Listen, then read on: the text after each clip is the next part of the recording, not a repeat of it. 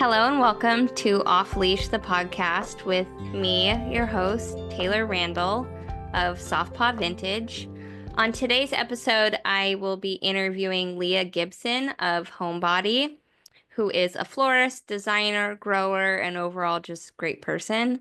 I really loved this conversation. It was so fun and so expansive for me, and I hope you enjoy. So I'm just gonna randomly just ask questions and we'll just kind of go through stuff and I think just see where the conversation takes us. Cool. Um, but first off, it's nice to meet you officially. Oh, likewise.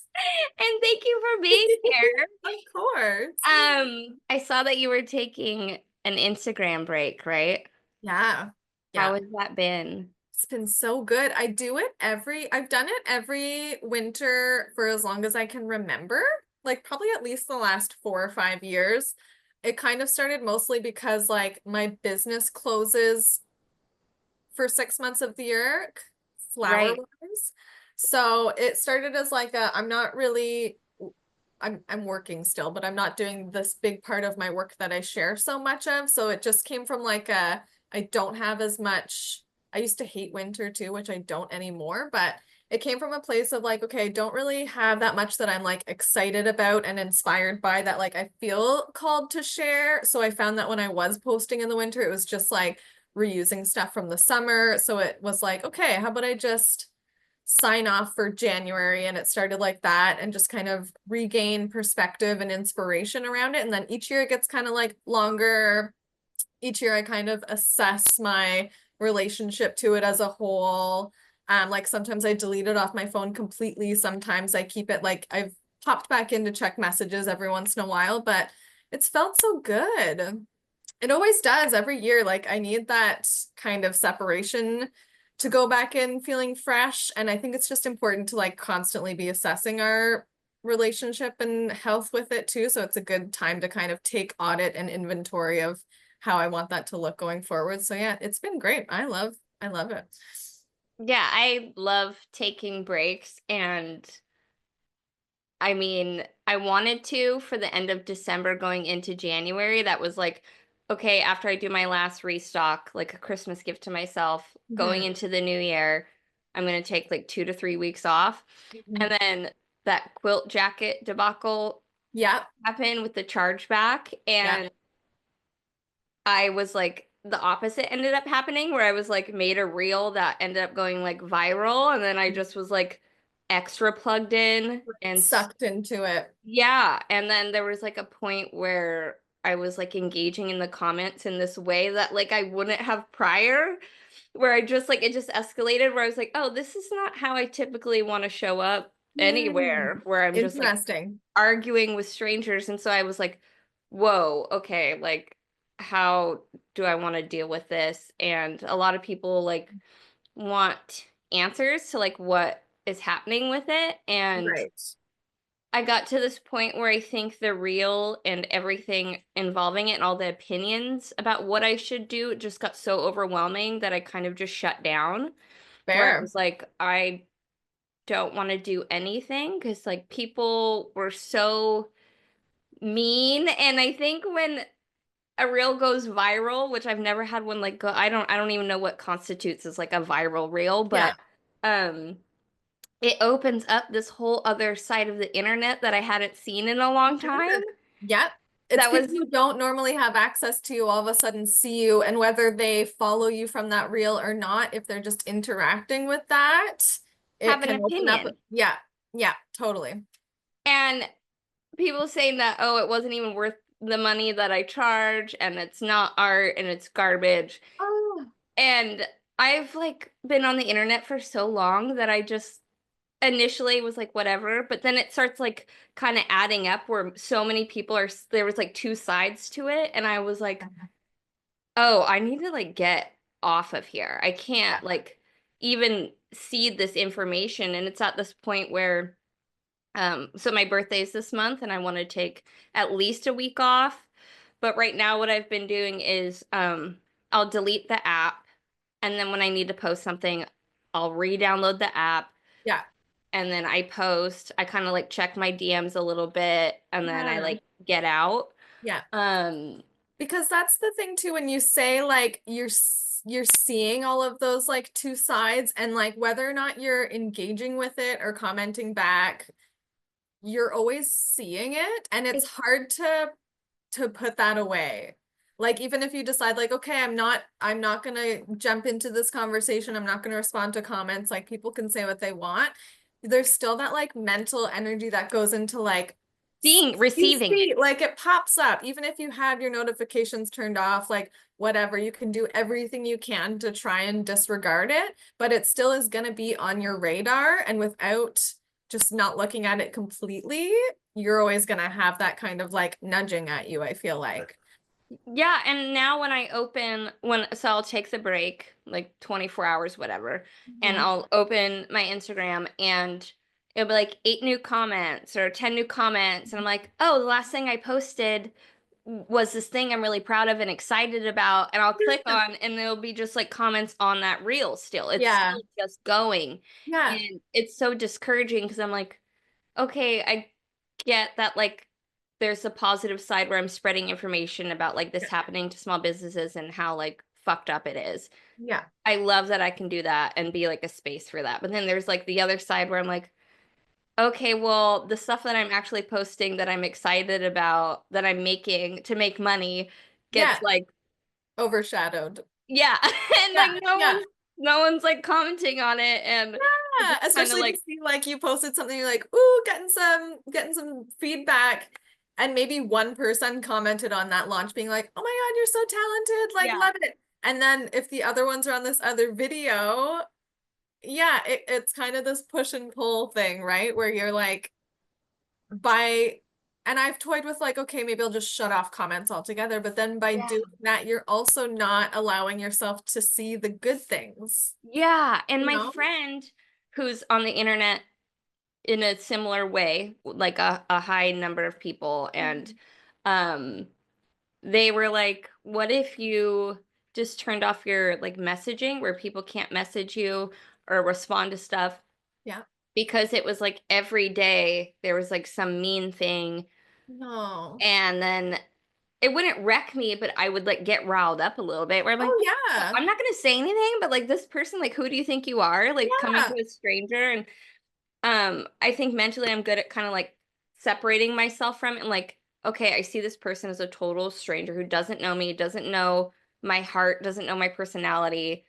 And for them to come at me this way just speaks a lot to them. And if anything, I feel bad for them that they are angry at a Yeah. stranger because it's very Yeah. bizarre and weird. Yeah. Um, but it's like you said, where part of me is like, am I gonna miss something, like someone saying something that would be meaningful to me? Like yesterday, Yeah. this person sent me this long DM and it was like in the private section, there's like Yeah. ones where you have to accept. Hmm. And I just checked it, and she was like, for my 40th birthday, I made your house block pattern. That was exactly how I wanted to spend my day. You're such an inspiration. It means so much to me, like blah blah blah. Yeah. And I might not have seen that, but I'm also like, people know I've posted, email me for, but is someone Yeah. gonna like navigate away from Instagram and like go and write an email? Yeah.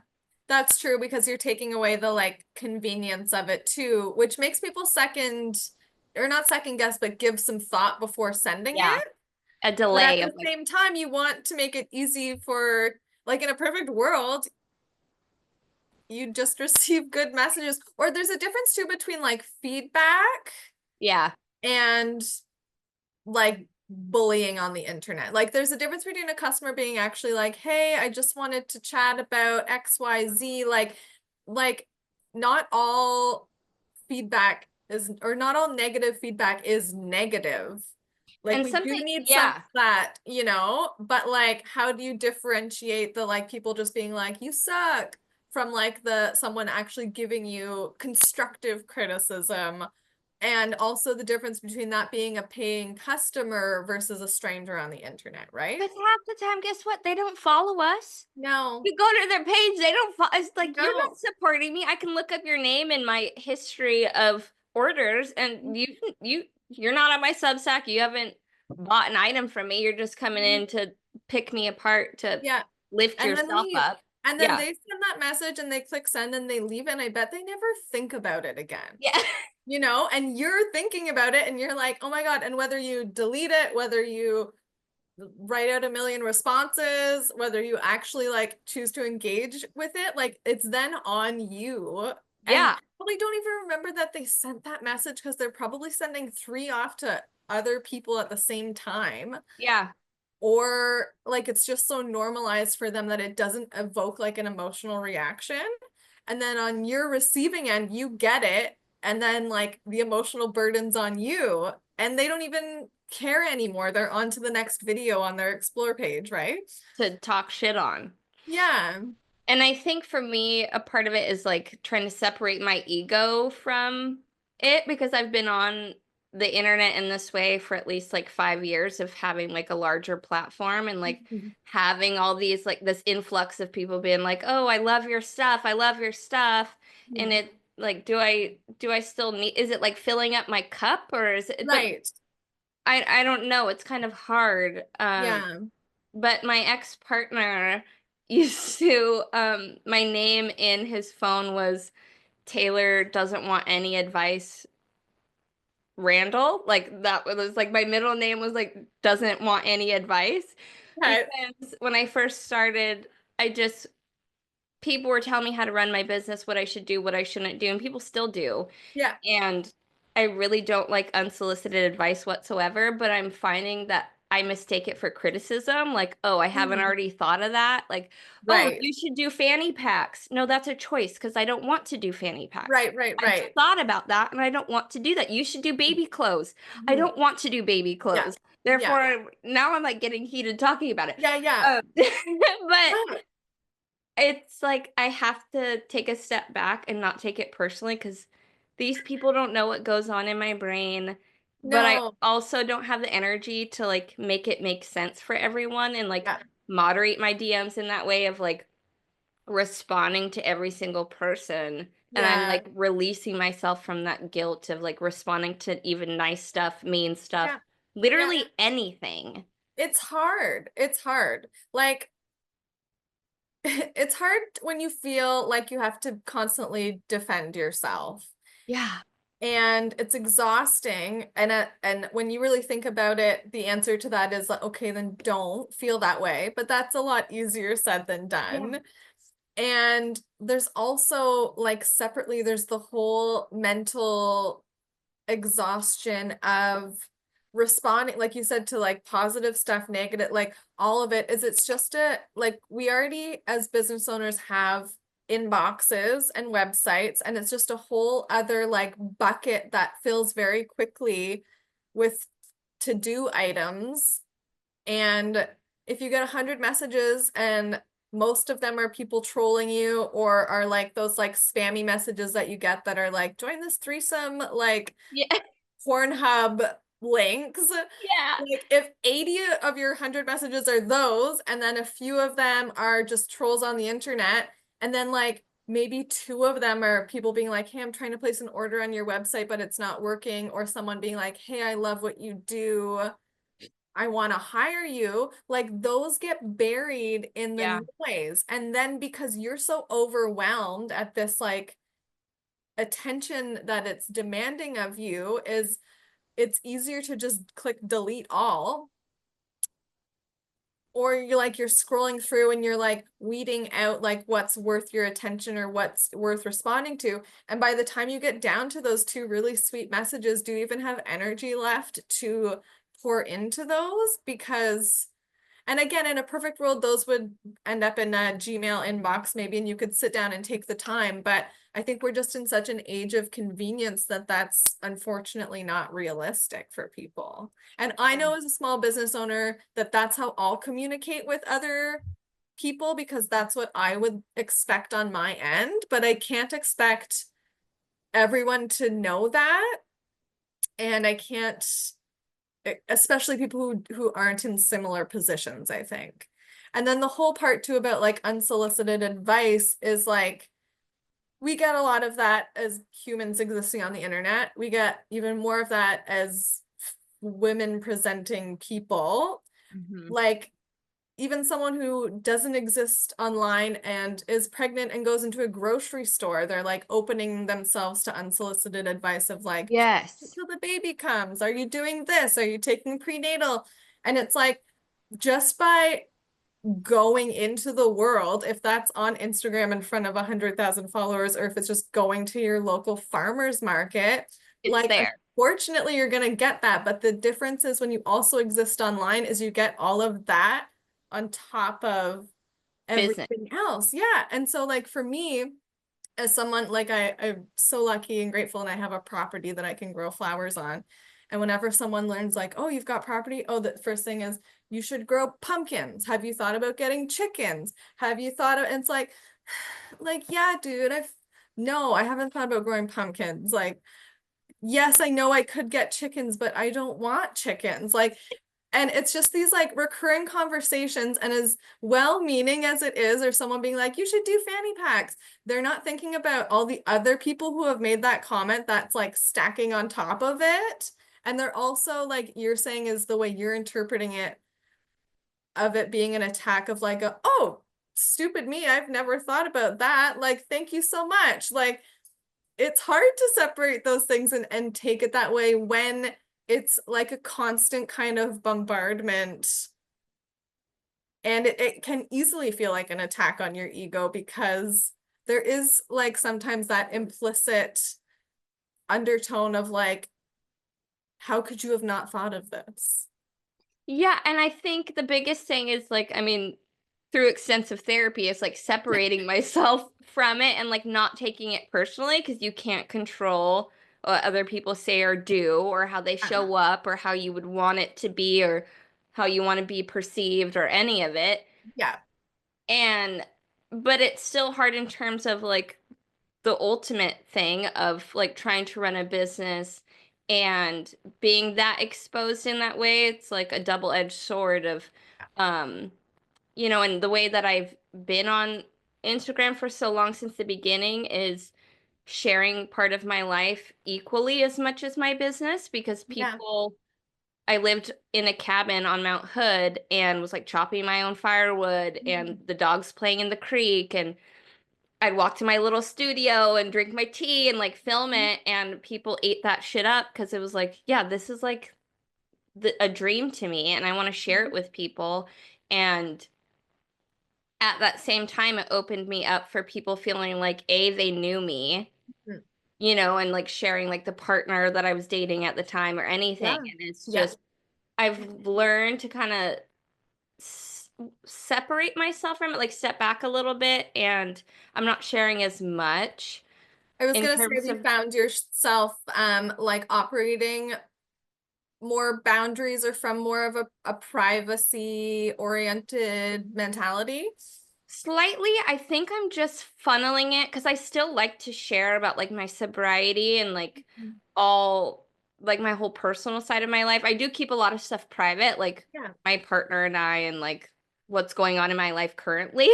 Like I have a lot of stuff going on in my life and I'm like, I don't need to share any of that.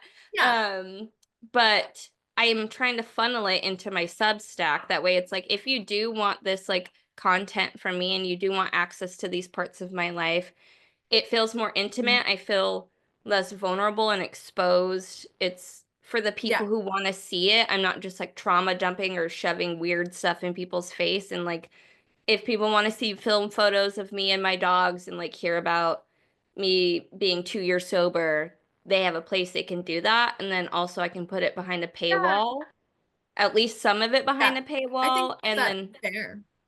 And it feels like an equal exchange where it's like I don't feel like I'm just being Mhm. excavated from and like extracted. Like people are just like tearing me apart from like every like where'd you get your hat? Where's your glasses from? Are you and your boyfriend still Yeah. together? Why'd you and your ex break up? Like Yeah. Yeah.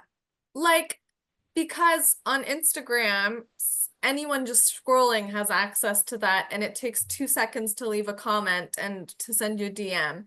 If it's behind a paywall, it adds that level of intentionality of like, I want to be here.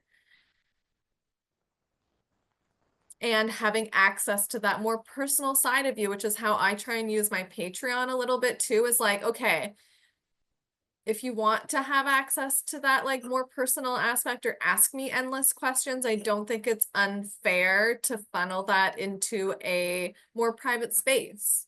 Yeah, because our time is worth that exchange of money, of energy, of like when people comment on a post on my Substack and, sometimes it can be jarring because I'm still in that mentality of like Instagram where someone will Yeah. write me a novel and they'll be like, Yeah. my dad used to be abusive and when he got sober, and I'm like, whoa, okay, Whoa. what Yeah. the holy frick? Okay.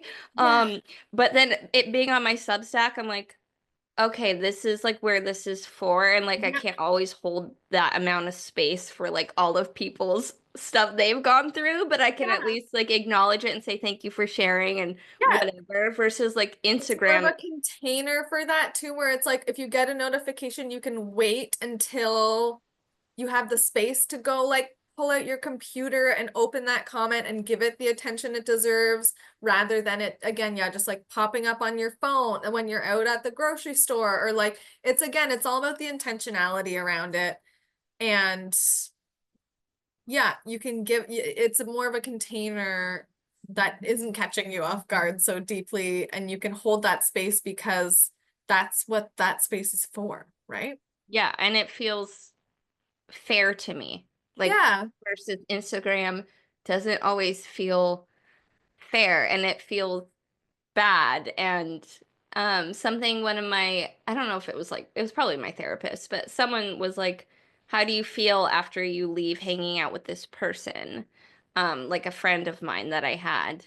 And I was like, I always feel drained. Like I don't feel good when I leave this person.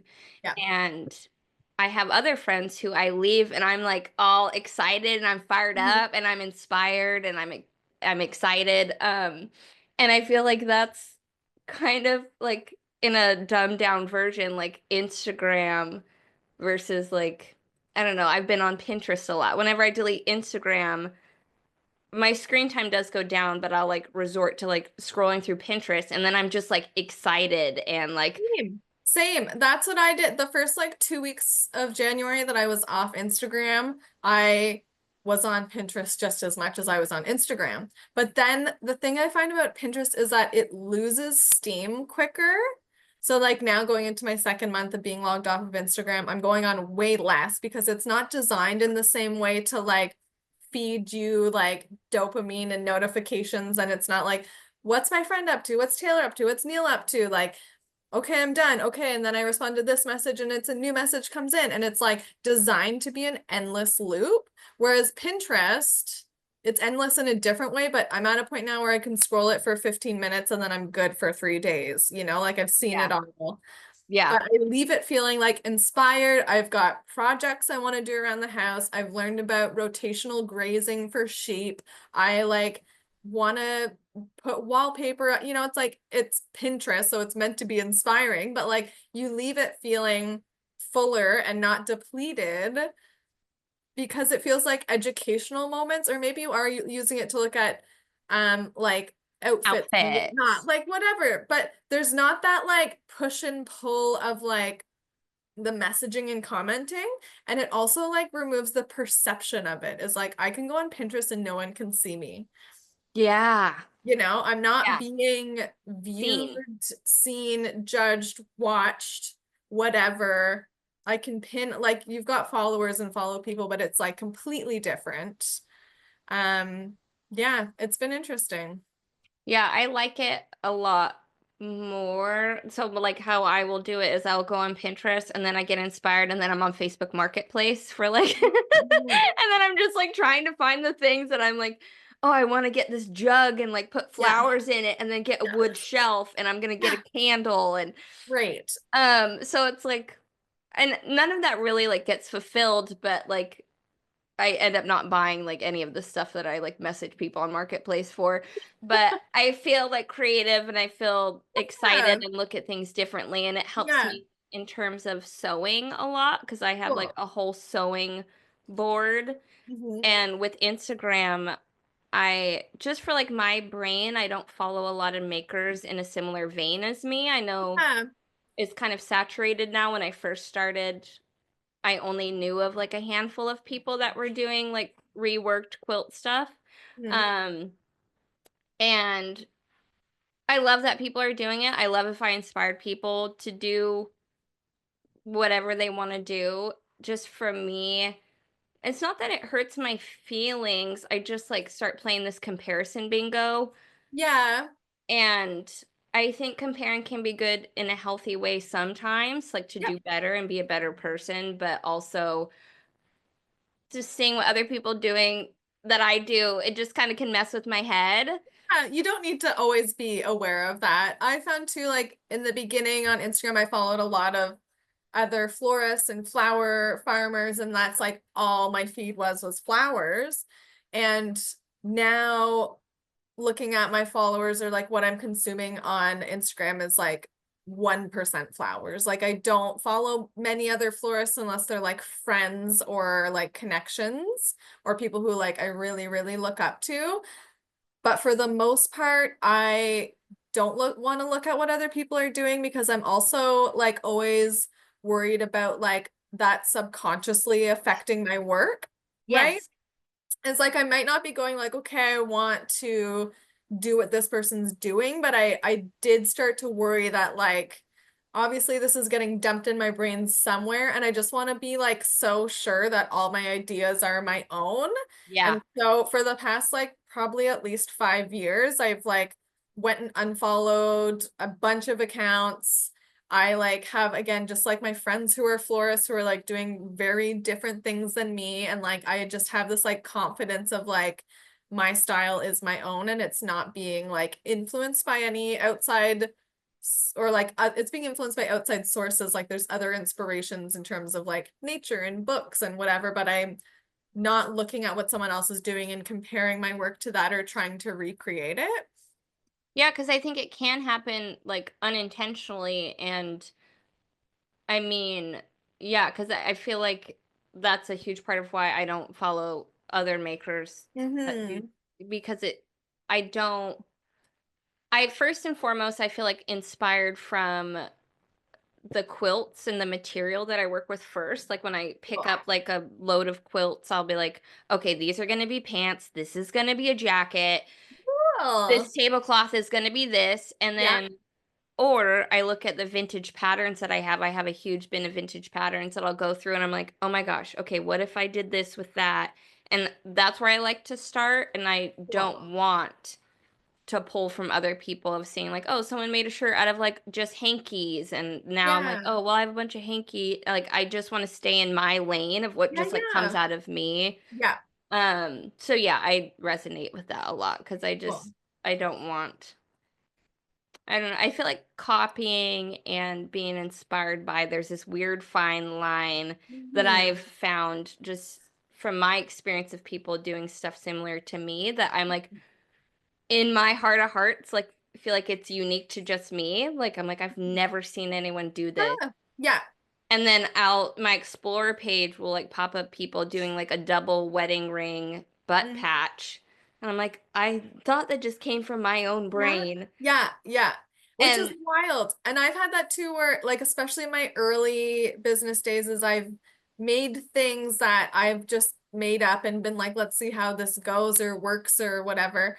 And then I've had local people like buy that thing from me. And then the next year they're selling that thing. And it's like, when it happens like that, it feels like very direct, but then like you have to just be in a mindset of like, okay, cool, like they inspired me. I might be the first one that I'm aware of to do this, but like in the history of the world, I'm sure someone else has done this.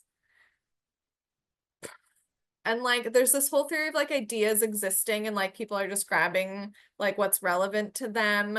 And like so someone on the other side of the world could have had the same idea around the same time. Like I don't know, it's so hard to see where the lines are drawn. And for me, now I find that only happening, sorry, I'm just eating a clementine.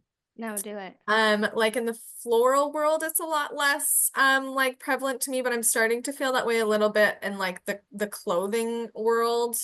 Yeah. where like replication is a little more common, whereas like inspiration is flattering, but like replication has like a yeah, uneasiness to it, I think. And I think for me, what I try and do is just like out of sight, out of mind, like have blinders on just because like I Mhm. don't want it to mess with my head and like feel like a rise of anger or be upset about it because again, I can't control what other people are doing and Mhm. other people's success is not going to take away from what I've already created and what I have for myself. And I'll see people putting before I released my pattern for the house block that I've been doing on crew necks, I've seen a couple other people making them and people will send them to me like, "Oh my gosh, did you see this person's doing the same thing Right. as you?" and send it to me and I'm like, "This isn't constructive for me. This isn't like what is the purpose of this?" Yeah.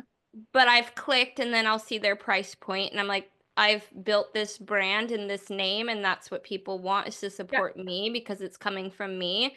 And my price point is a lot higher because of the work that I've done and, not just going to someone's page and ripping them off and then Yeah. recreating it and only being Yeah. able to sell it for half the price. Yeah. Like, It's so the years that you've put into that. Like, yeah, it's so much more than the actual piece. yeah. And So, so I kind of step away from like my first instinct is like reactionary where I'm like, "Oh my gosh, this person copied me. That sucks." And then I'm like, "No, they're not going to take away from your success and just like stay in your lane and just tune it out." Like try to, yeah. but that's again with like the internet of people just Mhm. thinking like that I want to see this stuff Yeah. and just not. And then there's the intention there too, is like, is that a friend sending it to you who is like genuinely concerned, or is that someone sending it to you who like wants a rise out of you or wants to like poke the bear, or You see this? what's the intention around it? That all plays into the effect too. But yeah. And it can feel icky where I'm like, Yeah. someone has literally sent me an email with another person's profile screenshot and was like, "Oh, I saw this person doing this thing exactly like you. Just thought you'd want to know." And I'm like, I don't though. Like, I don't And want you're to like, know. what do I do with this information? Like, what do you want me to do? Like, call Yeah. my lawyer and be like, "Let's Yeah. get them." Like, I Yeah. just, and like quilting, it's such a like it's such a hard thing because these items that I'm working with have already been made from other people. And this Yeah. house block pattern was made from this chick in the freaking 1800s named Finley something, Yeah. who originally based it off of a schoolhouse because that Mhm. was one of the only public buildings that like people had. And so there's this history with it. And like, if anything, I'm ripping off Finley from the Yeah. 1800s and she needs to call her lawyer, Yeah. Like, Yeah. so Finley's every rolling over in her grave right now. yeah, like how dare Soft Paw Vintage profit off of my hard work? But everything is derived from other things. But I Yeah. do think that there is this, yeah, fine line of, yeah, like you said, it's the intention behind it The too. Like intention and the acknowledgement. Like, you're not out here saying that you weren't created it. inspired by a vintage piece. Like, you're not claiming to be reinventing the wheel. So Yeah, there's this already like a different energy and intention around it of like acknowledgement, I guess. yeah. And then that's another thing is like, okay, someone can acknowledge like, oh, inspired by. I guess the thing for me is people profiting off of it's the money thing. If people are like making stuff for their friends, like, oh, I saw Soft Paw make this shirt out of that, whatever. I love that for you. Make them for your Mhm. friends, for your family. But when people are like trying to do a business and then messaging me for business advice of like Yep. how I got started, where do I get my stickers done, where are my Yeah. tags made from, Yeah. I obviously don't respond to those either, Yeah. but it's just the umbrella of everything that you catch by It's being, hard. Yeah. And because you've had to get all that information, like you had to start from nothing and source your tags and trial and error. And you've put in that work of like learning and evolving and getting your sources. And people expect, I think, now to bypass that process by yeah, having someone else provide them with that. And I think like there's obviously value in reaching out to someone you admire but I think also like acknowledging what you're asking for and the time. Like when I was getting started in flowers, is I would offer to take someone out for coffee and if I could just like pick their brain, but I wasn't like, you have to know the questions to ask and what's appropriate and what's like asking a little too much too. And I'm sure like as someone who you've probably did markets when you started out or still do maybe like pop-ups or like craft shows. I remember I used to do a lot of those in my early days. And you hear a lot of even just like people walking by being like, oh, like I could I make could do that. that. Yes. Yeah, I could do that. Or like, oh, hey, beautiful flowers, love your bouquets, you know, where did you buy your flowers? And it's like, well, I'm selling my flowers, so if you want to buy them, you can buy them from me. Here. And they're like, no, but what's your wholesale source? And this is before I was growing flowers, so I'd have to buy them from a wholesaler. And it's like, okay, so listen to what you're asking for right now. Yeah. Is you're telling me that my work isn't worth your money and that you'd rather Go bypass around. that Yeah. to get something for cheaper, which great. I'm not saying you can't do that, but just like listen to what you're asking for. And like, or people being like, oh, I could make that. And I'm thinking like, yeah, and you should go do that. And I hope that you would be able to charge this for it too. And that someone would respect that price and pay you for it, you know, by saying like, oh, look at that bouquet or look at that quilt jacket. I could go home and make that. Then it's like, oh, could you like go log the hours that it takes you to make this and then come back to me and we'll talk about why it's priced the way it is. Because A, you probably couldn't. And B, if you did, it would cost this much. Yeah. Because the quilts cost money, our time costs money. Yeah. Like you said, all the work to get, because it's like a lot of trial and error and learning and mistakes and failing and Yeah. losing money. Yeah. And to get to the point that you get to be able to sell at like a market. And Yeah. yeah, I Totally. I got that a lot of people walking by and like Mhm. scoffing almost at like Yeah. my prices and seeing the item and be like, "Oh, we could make that." And it's like, "Okay, Yeah. well, I'm right here. I'm a human Yeah. being, and that's Like really have some rude." human decency and like go walk away and go have that conversation. Sure, but like, come on. There's like humans. I know we've all been trained with like Amazon and Walmart, like that, like businesses aren't people, but that's why like there are small businesses who you want to support because you want to support the people too. And so now we almost have to like backtrack that mentality of like, I'm a person and my time and energy goes into this. And yeah, like I used to have people be like, oh, beautiful flowers. Like if I come back at the end of the market, like if you have anything left and you're just going to throw it in the compost, like, could you give it to me? And it's like, just like think about what you're saying before it comes out of your mouth.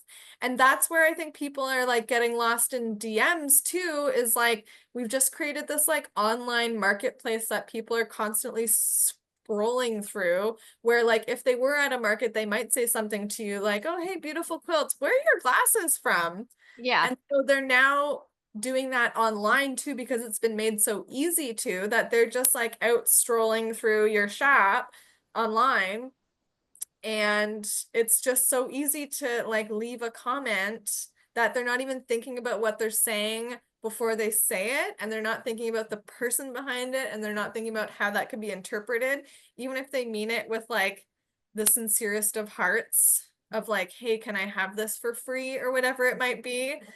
There's no thought behind it first. Yeah, and I think also it's like a catch-22 of like, you wouldn't DM Walmart and be like, Yeah. "Hey," Yeah. like these bigger businesses and Yeah. showing up on the internet in the way that, I mean, speaking for myself, the way that I do, and like people feeling like they know me, and Mhm. just you wouldn't message some clothing brand and be like, "Hey, where do you source your cotton or whatever, your Yeah. linen," Yeah. and expect an answer. Yeah. And so I think being a small business and the singular person, it seems more Mhm. accessible, more reachable.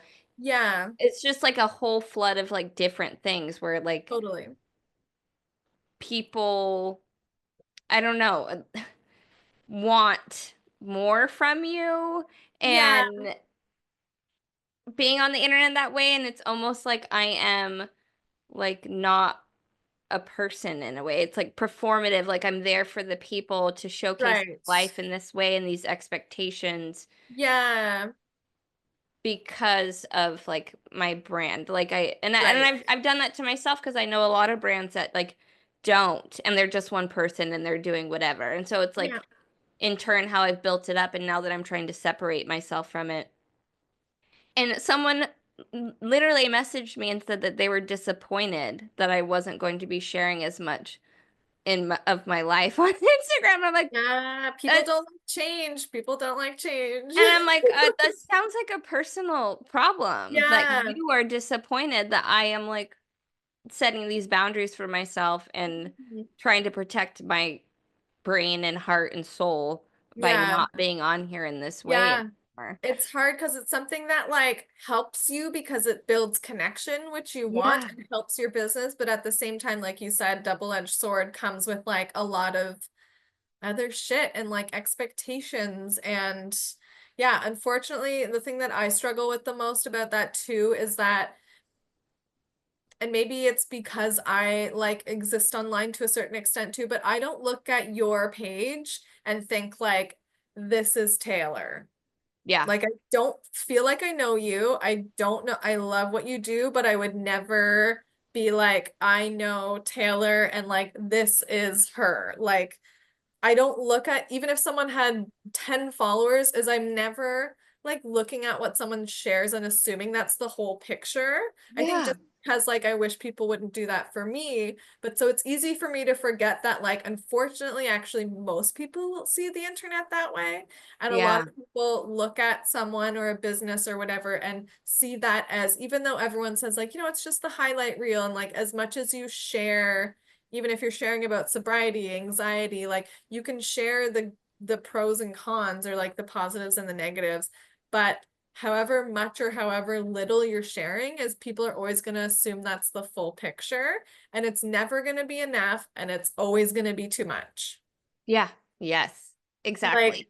that's where I'm kind of stuck feeling, is like I share something personal, like you said, like because it builds connection, and because like I want that connection for myself too, is like I don't want it to become just flowers and business, because that's why we want to support small businesses, because we see the people behind it. And for Yeah. me, that's what I like to see, and that's what like pushes me to want to support or get to know a company.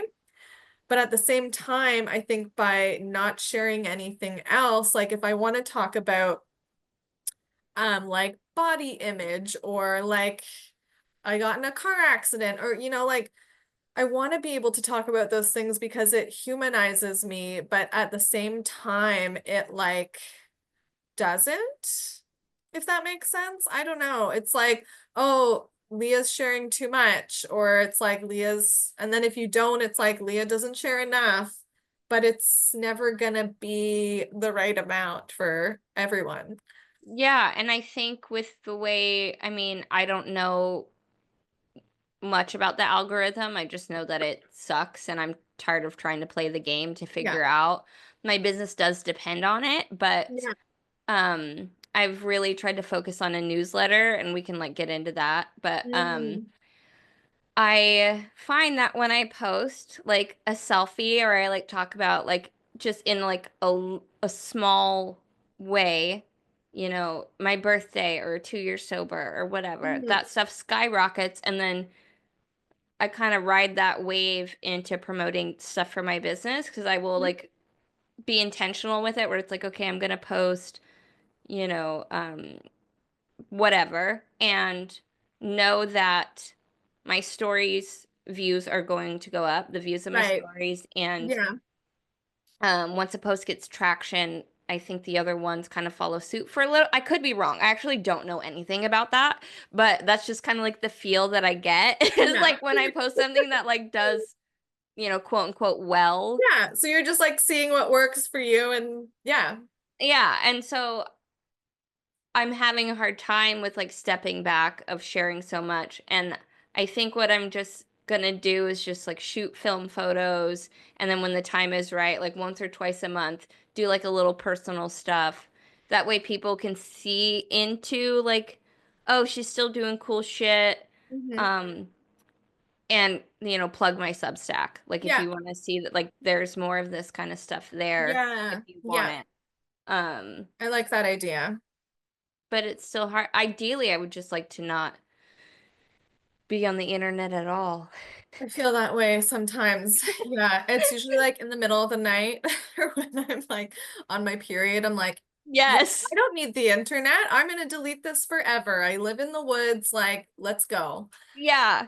I And definitely then, am conflicted with it. yeah, and then the week passes and I'm like, okay, maybe it's not all bad. And like, there are so many really lovely and wonderful connections that come from it, and sales and clients and art and comedy. Like, it is like not all bad, but unfortunately with the good comes the bad, and you can't like have one or the other, it seems like. I've been also this year, like, I always take an Instagram break in the new year, but this year I joined like a cohort group of like 30 other people who are also taking a break, and we would meet once a week and like kind of talk about it. Cute. It was so it was run by Lord Cowboy. Oh, I have that's there's Yeah, yeah, I've got over here one of those, that top ones by them too. oh But it cute. was like a weekly group of like writers, artists, small business owners, and we all logged off for 5 weeks and would meet and like use that container to like talk about our relationship with Instagram, and then also be like, okay, for the next hour, I'm going to answer every email in my inbox, or I'm going to start writing my novel, or I'm going to lay on the floor for an hour. And so it was kind of like a joint container of like what felt like group therapy and also like accountability buddies. Yes. And it was cool because everyone's like, my, not, I say cool. Everyone's like, yeah, so my income's gone down 50% this month since logging off because I'm not Yeah. like constantly posting links or promoting myself. And that's really scary. So And so scary. like I logged off for January and I still got a few inquiries, but like I logged in on February 1st just to like check some messages and post like, hey, I'm still here, but like not here. Here's where you can find me, bunch of links, boom, boom, boom. Got a bunch of inquiries, like I could see the direct correlation of like when your face pops up, people are like, oh yeah, I want to work with them, or I want to buy their stuff, or I'm just going to reach out. But at least that's been funneled through, like I've been very clear about my boundaries with like forms and emails, just to make it really, and I've put in my Instagram bio like DMs are not monitored, like, Oh, good. Yeah. and I'm seeing how that goes. So it's felt really good to have that like funneled into an inbox, and then it's like people who actually want to work with me instead of people just shooting the shit. So yeah, it's scary to be like my income relies on this thing so heavily, but also logging off, I still did get some inquiries. So it's hard to say, but like you said with an email newsletter, I think it's just about like having your eggs in different baskets instead of all in one is Yeah. a And really I good idea. I think yeah, diversifying my Yeah. income on like doing classes Mhm. and like passive income stuff that can sell where I don't have to like I can only physically sew so much. So like Yeah. my cap of what I can make in a month is like a certain thing, and that like barely covers like taxes and bills and everything Yeah. and material. And Yeah. so I kind of was like running in the circle of like, well, what is this all for if I can't even like put gas in my truck? Like, what am I doing? Yeah. I should go back to bartending where it's like I don't claim my tips and I just have cash all Yeah. the time. Yeah. But I was looking at your website and I saw that you have your form for like designing and like for content. So for like fashion and like design. And Yes. so that is just like on your website as a thing. I yes, I just put that up That's before logging amazing. out because I was like, I need to streamline this because I cannot answer these DMs. And then I have a budget line too, so that it's clear that I'm not working for free. And if someone gets to that point and they realize they don't have a budget, then they close out before completing the form. So when it gets completed, people like know that it's like job. Yeah. So that's gone really well. And so now if someone does happen to slide in my DMs and is like, hey, we'd love to work with you, I'm like, here's the link to this form and balls in your court. Yeah. So that's been good. And so do you have a newsletter? I don't. I don't. That was one of my goals, like while I'm on my Instagram break to get something like that figured out. So that's on my to-do list for this month. But it's hard for me because talking about like diversifying income is like my business started as a floral business, which it's now like kind of grown beyond that.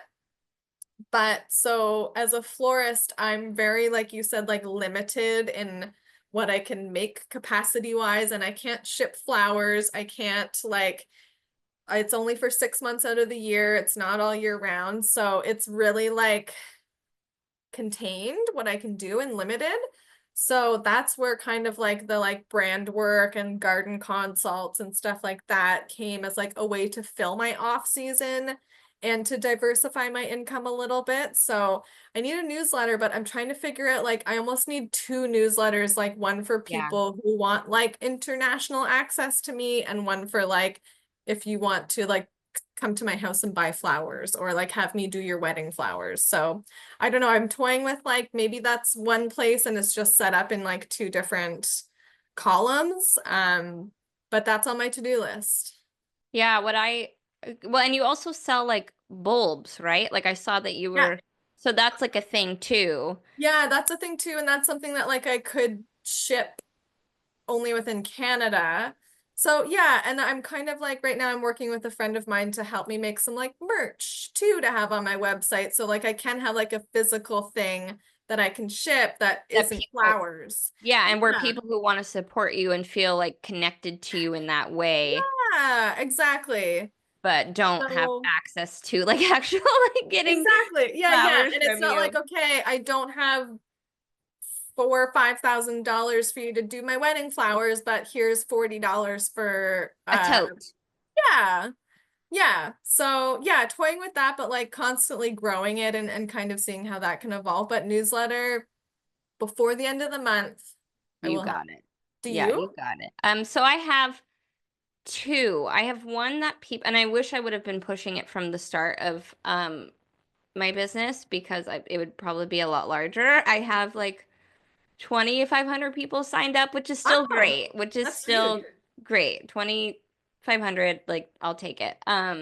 So what I've been doing is I have that newsletter that's through my website that people can Yeah. sign up for, and I send it out through Squarespace.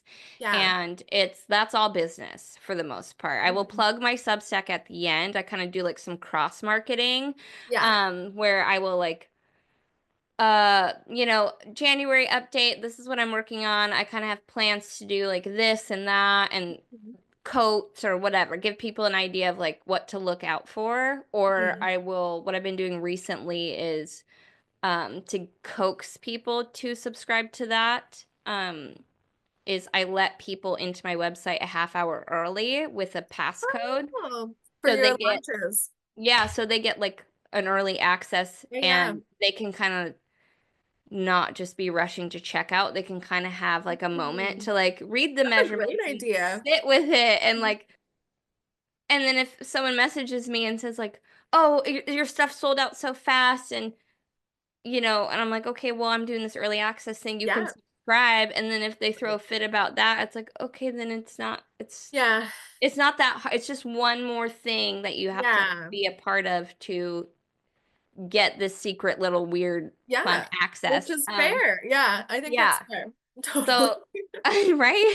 Yeah. So I'm doing that. So I have that newsletter and then I'll plug my Substack, and my Substack is just the newsletter of like I do one personal essay a month that kind of touches on like sobriety or like heartbreak or whatever, family stuff. Mhm.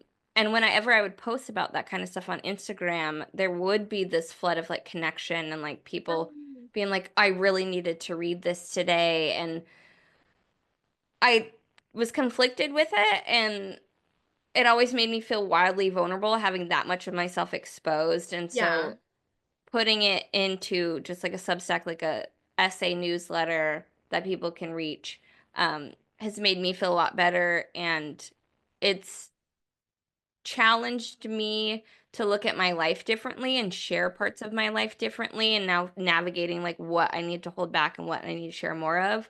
Yeah. Um, Is there anything that's off limits for you for your Substack that you're like, I will never go into that? I think it's like someone said, I forget who said this, but like it's hard to speak from the wound. So like while stuff is happening for me, like right now I'm going through like a Mhm. lot of like big shifts, Yes. and it's like on me heavy where I'm like that's all I want to talk about, but Yeah. it's just not like appropriate for Yeah. where I'm at and the people that I'm around and what's going Yep. on. Like I Yep. need time and space from it. Is writing for you though still healing? Like, will you like do journal and like keep that for yourself? Yeah. Yeah. I Yeah. journal, so I do the artist's way. I do the Yes. morning pages. Yes. But I do it a little bit differently. I will kind of have like my free flowing thoughts, like my dreams or whatever, just get Mhm. out like all the stuff that's bothering me or whatever. I get that all out onto the page. And then I also have, because I just get distracted. I have like another little notebook that's full of lists. So I can Yeah. kind of put it like in a drawer essentially. Like if I'm trying to write something and I'm like, oh, I have to like message this person, or I have to, I'm like, Nice. okay, that goes on the list. And then I Nice. go back to That's like like, a very organized chaos. I love yeah, it. because I know myself. So I'm like, I have to kind of separate these things. So I'll do that. And that's like good. And then on my Substack, I will just pull up something like a whatever it's called where you write. I'll pull up a thing to write, and I will just keep it in a draft. I will just like word vomit the stuff that I think, and then that's kind of how I write anyways, is I will just get it all out Yeah. of me without worrying about like grammar or anything. And then I go back to it later and I'm like, "Oh, this is good. This is why would I ever share this with Yeah. someone?" I let Delete. it like I let it marinate for a bit and then I'll come back to it. And so that's kind of what I do too. And like with the hard. Huge thank you again to Leah for taking the time out to do this episode with me. It was so much fun. This episode will be a two-parter, so stay tuned for the second half. Thank you for joining me. Also, huge shout out to Darcy Phoenix, who did the music for this podcast. Go check out her work. This podcast is edited by Nicole Robitaille. Thank you so much. And at the end of the day, that's all I have to say. Okay, bye.